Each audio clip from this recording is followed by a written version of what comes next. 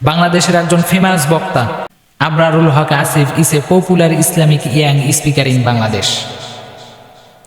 বাংলাদেশের মধ্যে সবচেয়ে যত জনপ্রিয় বক্তা আছে তাদের মধ্যে একজন।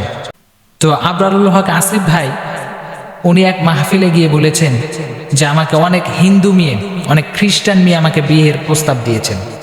তো আসিফ ভাই ওই হিন্দু মেয়েকে জিজ্ঞেস করেছেন যে ওদের মধ্যে সবচেয়ে আগ্রহ বেশি দেখিয়েছেন যে মেয়েটা, ওনাকে আসিফ ভাই জিজ্ঞেস করেছেন যে আপনি যে আমাকে বিয়ে করতে চেয়েছেন কি দেখে আমাকে বিয়ে করতে যাচ্ছেন।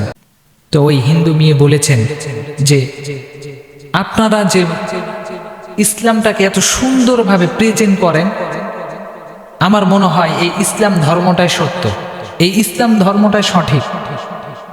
2 নম্বর যে রিজনটা উনি দেখিয়েছেন যে আমাদের হিন্দুদের মধ্যে ভালো কোনো হিন্দু হওয়ার জন্য গরুর পেশাব খাওয়া লাগে, গোবর খাওয়া লাগে, তাহলে আমাদের ভালো হিন্দু হওয়া যায়। কিন্তু এটা আমার মাথায় আসে না যে পশু পাখির গোবর পেশাব এগুলো খেলে কি কখনো ভালো হিন্দু হওয়া যায়? আমি সব কিছু মিলে দেখলাম যে ইসলাম ধর্মটাই হচ্ছে সঠিক। সেজন্য আবরারুল হক আসিফ, আপনি যদি আমাকে বিয়ে করতে চান তাহলে আমি মুসলিম হয়ে যাব।